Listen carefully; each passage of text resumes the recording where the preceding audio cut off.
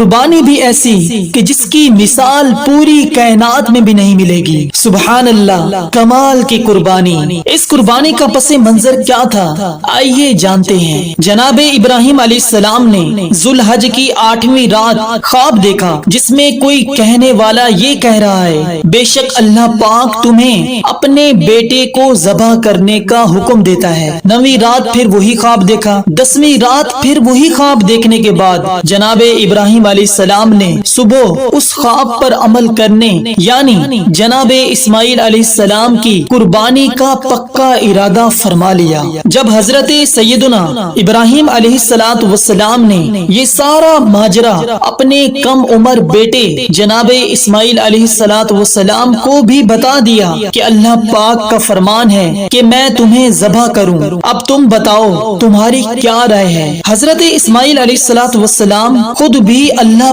پاک کے ہر حکم پر سر تسلیم خم کرنے والے تھے۔ جناب اسماعیل علیہ السلام نے اپنے والد محترم کو جواب دیا کہ آپ اللہ پاک کے حکم پر عمل کیجئے اور میں بھی تیار ہوں قربانی دینے کے لیے، آپ ضرور مجھے صابر و شاکر پائیں گے۔ جناب اسماعیل علیہ السلام نے اپنے والد محترم سے ایک گزارش کی، ابو جان ذبح کرنے سے پہلے مجھے رسیوں سے باندھ دیجئے تاکہ میں ہل نہ سکوں، کیونکہ مجھے ڈر ہے کہ کہیں میرے ثواب میں کمی نہ ہو جائے، اور میرے خون کے چھینٹوں سے اپنے کپڑے بچا کے رکھیے تاکہ انہیں دیکھ کر میری امی جان غمگین نہ ہوں، اور چھری خوب تیز کر لیجئے تاکہ میرے گلے پر اچھی طرح چل جائے، کیونکہ موت بہت سخت ہوتی ہے۔ آپ مجھے ذبح کرنے کے لیے پیشانی کے بل لٹائیے، یعنی چہرہ زمین کی طرف ہو تاکہ آپ کی نظر میرے چہرے پر نہ پڑے، اور جب آپ میری امی جان کے پاس جائیں تو انہیں میرا سلام پہنچا دیجیے گا، اور اگر آپ مناسب سمجھیں تو میری قمیص انہیں دے دیجیے گا، اس سے ان کو تسلی ہوگی اور صبر آ جائے گا۔ پھر